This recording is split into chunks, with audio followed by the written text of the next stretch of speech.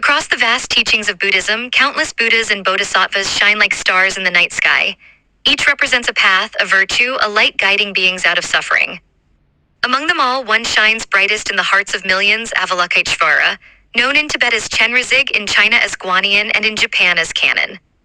He is not simply a figure of worship, he is the living embodiment of compassion itself. To Buddhists, Avalokiteshvara is the Bodhisattva who made a vow unlike any other: to remain in the cycle of rebirth, not entering final enlightenment, until every single being in existence is free from suffering. It is said that when the cries of the world rise into the heavens, Avalokiteshvara hears them all. He is the one who listens, the one who responds, the one who never abandons any being, whether human, animal, or spirit. For more than 2,000 years, his name has been whispered in prayers, carved into mountainsides, and carried on the breath of monks and pilgrims. His presence transcends borders and cultures, appearing in India, Nepal, Tibet, China, Japan, Mongolia, and beyond. And his mantra, Om Mani Padme Hum, has become one of the most sacred sounds in all Buddhism, a heartbeat of compassion echoing across the world. But who is Avalokiteshvara? Where did he come from? And how did he become the eternal protector of Tibet and the embodiment of mercy for all beings? To understand him, we must journey back to the timeless vow of a bodhisattva. The birth of a bodhisattva. Long ago, in the vast eons of time, before our world took its present form, countless Buddhas and bodhisattvas arose, each dedicating themselves to guiding beings out of suffering. Among them was Avalokiteshvara. He was not born as a prince or a king, but as a bodhisattva of infinite compassion, a being who had reached the threshold of enlightenment, yet turned back out of love for all others. According to the ancient sutras, Avalokiteshvara stood before the Buddhas of the 10 directions and made a vow so powerful it shook the heavens. Until every sentient being is freed from suffering, I will not enter nirvana. If I should ever abandon a single soul, may my body shatter into 1,000 pieces. This was his great bodhisattva vow, the promise of eternal compassion. From that moment, Avalokiteshvara became the one who listens to the cries of the world. Whenever beings are trapped in sorrow, lost in darkness, or caught in fear, his heart responds. But this vow was not without struggle. For as the Bodhisattva gazed upon the universe, he saw suffering beyond measure: wars, famines, illnesses, ignorance, and endless cycles of birth and death. At times, the weight of this sorrow nearly broke him. Legends tell that Avalokiteshvara once despaired, thinking he could never save them all. His body cracked into countless fragments. But from those fragments, the Buddha Amitabha, his spiritual guide, restored him, granting him 1,000 arms and 11 heads so that he could reach out in all directions and never again falter in his vow. Thus, Avalokiteshvara was reborn as the 1,000-armed, 1,000-eyed bodhisattva of compassion, a being whose gaze never turns away, and whose hands are always extended to rescue the suffering. From this vow began the eternal journey of Chenrezig, a journey that would carry his presence across lands, cultures, and centuries. Voiceover narration. After making his great vow, Avalokiteshvara dedicated himself to the endless work of compassion. He did not remain distant in some heavenly realm. Instead, he descended into the suffering world, appearing in countless forms, each suited to the needs of those who called upon him. The rescuer of the helpless. Legends say that Avalokiteshvara walks unseen through the 6 realms of existence, among gods, humans, animals, hungry ghosts, and even the hells. When flames consume beings in the realm of torment, he appears with cool water. When animals cry in fear, he appears as a gentle guide. When humans pray in desperation, he comes in forms they can recognize: a monk, a teacher, a friend, even a stranger on the road. The protector against fear. The Lotus Sutra tells us that Avalokiteshvara can take 33 forms to rescue beings. If someone is lost at sea, he appears as a sailor. If one is threatened by bandits, he manifests as a warrior. If a child cries out in hunger, he comes as a parent with food.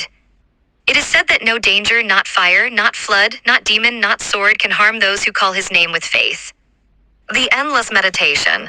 Avalokiteshvara is also remembered as the great meditator. For countless ages, he is said to have sat in profound meditation, his mind open to the cries of the world. From this meditation arose his mantra, the 6-syllable jewel of compassion. Om Mani Padme Hums. Every syllable is believed to purify suffering and plant seeds of liberation. With this mantra, Avalokiteshvara reaches not just those who speak it, but even those who hear it carried on the wind or written on stones by devout hands. The heart of compassion. The stories are endless, but their meaning is one: Avalokiteshvara is compassion in action. He is not bound to a single body, place, or time. He is the presence of mercy wherever suffering exists. In every age, in every land, his vow continues to never rest until all beings are free. Avalokiteshvara's story is not told only in sacred texts, but also in the living legends of the people. These tales reveal his infinite compassion and how even his tears and struggles gave rise to new sources of hope. The birth of Tara. One story says that Avalokiteshvara once looked upon the endless suffering of beings and wept. From his tears, 2 drops fell to the earth. From the first tear arose a beautiful lotus flower, and from that lotus appeared green Tara, the swift savior who rescues beings from fear and danger. From the second tear bloomed another lotus, and from it arose white Tara, the gentle mother who grants long life and protection. Thus the tears of Avalokiteshvara became the Taras, his spiritual daughters who vowed to aid him in his endless work of compassion. The 1,000 arms and 11 heads. Another legend tells of Avalokiteshvara's despair. Seeing that beings were countless and their suffering without end, his heart broke, his body shattered into pieces. In that moment, the Buddha Amitabha, his spiritual guide, blessed him with new strength. Avalokiteshvara was reborn with 11 heads, so he could hear the cries of the world in every direction, and 1,000 arms, each with an eye in the palm, so that he could both see and reach every being in need. This form, the 1,000-armed Avalokiteshvara, became one of the most iconic images in Buddhism, a living symbol of infinite mercy and tireless aid. The shape of compassion. But Avalokiteshvara's compassion is not bound to a single form. He can appear as male or female, human or divine, wrathful or gentle. In China, he became Guanyin, often portrayed as a loving mother figure holding a child or a vase of pure water. In Japan, he is Kannon, sometimes fierce, sometimes serene. In Tibet, he is Chenrezig, protector of the land of snow, manifesting through kings, saints, and even the Dalai Lamas. Wherever suffering exists, Avalokiteshvara takes the form that beings most need to see. Compassion without end. These legends remind us of a simple truth. Compassion is not weakness, but the greatest strength of all. Even when Avalokiteshvara breaks, he becomes stronger. Even when he weeps, his tears create saviors. His story is the story of compassion itself, endless, transforming, and ever-present. Avalokiteshvara's compassion knows no boundaries. From the ancient sutras of India, his presence spread across Asia, transforming into countless forms, each beloved by different cultures. India, the birthplace. In India, Avalokiteshvara first appeared in the great Mahayana scriptures, such as the Lotus Sutra and the Karandavyuha Sutra. He was honored as the protector who rescues beings from every danger. Here he was depicted as a princely bodhisattva, adorned with jewels, seated beside the Buddha Amitabha, embodying both elegance and mercy. Nepal, the compassionate guardian. From India, his presence traveled north into Nepal. In the Kathmandu Valley, Avalokiteshvara became one of the most important deities, worshipped in both Buddhist and Hindu traditions. Sacred temples such as Siddho Machendranath and Radho Machendranath are dedicated to him, where grand festivals celebrate his blessings of rain, fertility, and compassion. Tibet Chenrezig, protector of the land of snow. In Tibet, Avalokiteshvara took root in the deepest way. He became Chenrezig, the very guardian of the Tibetan people. Tibetan legends say that King Songtsen Gampo, the great unifier of Tibet, was an incarnation of Avalokiteshvara himself. Centuries later, the lineage of the Dalai Lamas was also recognized as manifestations of Chenrezig, continuing his work of compassion on earth. Thus, Avalokiteshvara became not only a deity of worship, but the spiritual heart of an entire nation. China Guanyin, the goddess of mercy. As Buddhism entered China, Avalokiteshvara transformed into Guanyin. Here, he took on a distinctly feminine form, revered as the goddess of mercy. In countless temples, she is depicted holding a vase of pure water and a willow branch, symbolizing healing and gentle compassion. To millions, Guanyin is not distant. She is a divine mother who listens to every prayer, especially from women, children, and the poor. Japan Kannon, the loving one. From China, Avalokiteshvara journeyed further east to Japan, where he became Kannon. Here he is one of the most widely worshipped figures, appearing in serene forms or as the powerful 1,000-armed Kannon, offering blessings in every direction. The universal Bodhisattva. Whether as Avalokiteshvara in India, Machendranath in Nepal, Chenrezig in Tibet, Guanyin in China, or Kannon in Japan, the essence is the same. Compassion beyond limit, mercy without end. No matter the language, no matter the culture, Avalokiteshvara's vow remains eternal. Among all the lands where Avalokiteshvara spread, Tibet became his special home. Here he is known as Chenrezig, the protector and compassionate guardian of the Tibetan people. Songtsen Gampo, the first manifestation. In the 7th century, Tibet was unified by its great king, Songtsen Gampo. Tibetan tradition holds that this very king was none other than an incarnation of Avalokiteshvara.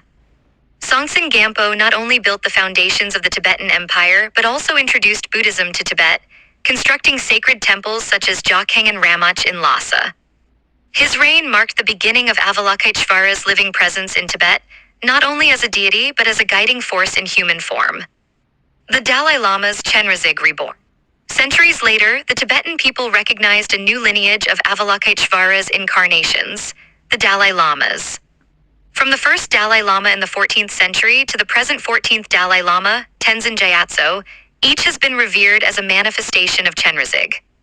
Through them, Avalokiteshvara continues his vow, teaching compassion, guiding the people, and preserving the Dharma even through exile and hardship. Prayer and devotion. In Tibet, Avalokiteshvara is the heart of daily practice. His mantra, Om Mani Padme Hum, is carved into mountainsides, written on prayer flags, and inscribed on countless prayer wheels that spin endlessly in devotion. Every syllable is believed to carry his blessing, spreading compassion with every turn of the wheel and every whisper of the wind. The spiritual protector of Tibet. Through Songtsen Gampo, through the Dalai Lamas, and through the prayers of millions, Avalokiteshvara has become more than a deity in Tibet, he is the very soul of the nation. Even in times of great suffering, Tibetans believe Chenrezig never abandons them. His presence is seen as both their protector and their hope. If Avalokiteshvara is the embodiment of compassion, then his mantra is the voice of compassion itself. These 6 syllables, Om Mani Padme Hum, are among the most beloved and powerful mantras in all of Buddhism. The 6 syllables.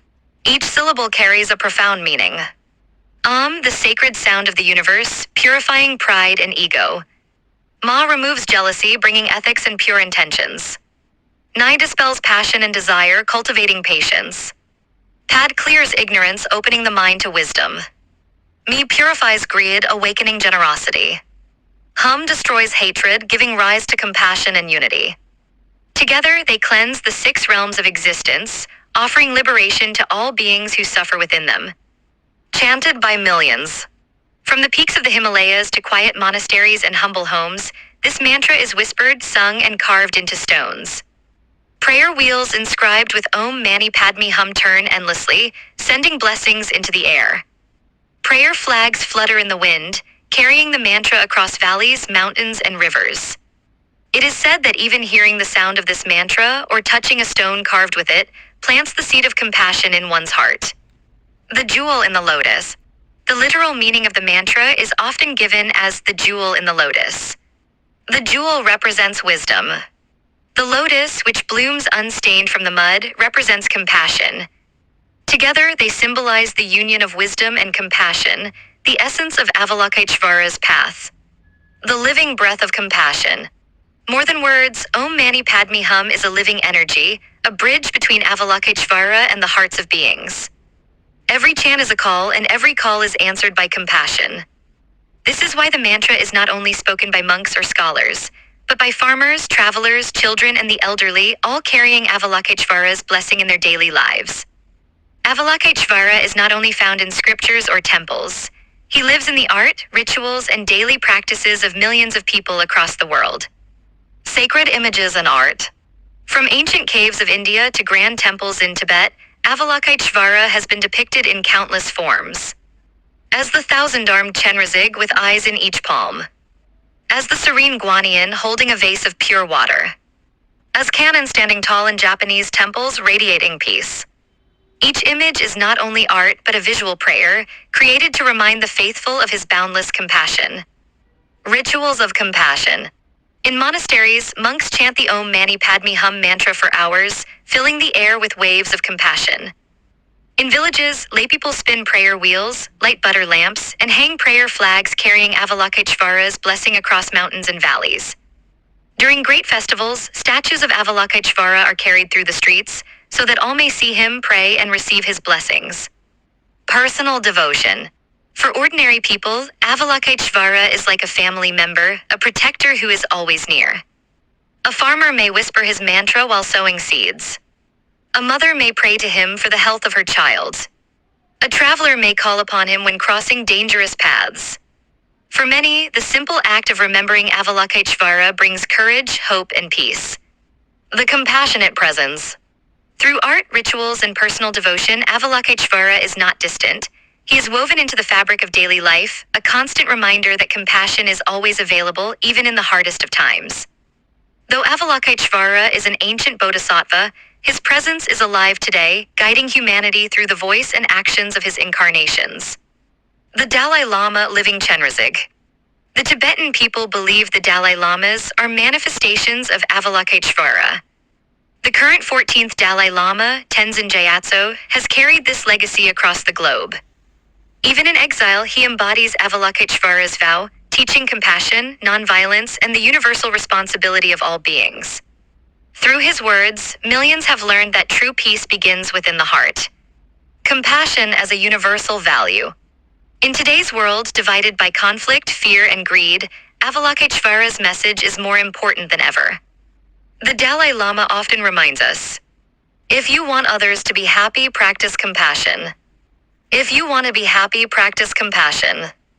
These simple yet powerful teachings are Avalokiteshvara's eternal gift to humanity.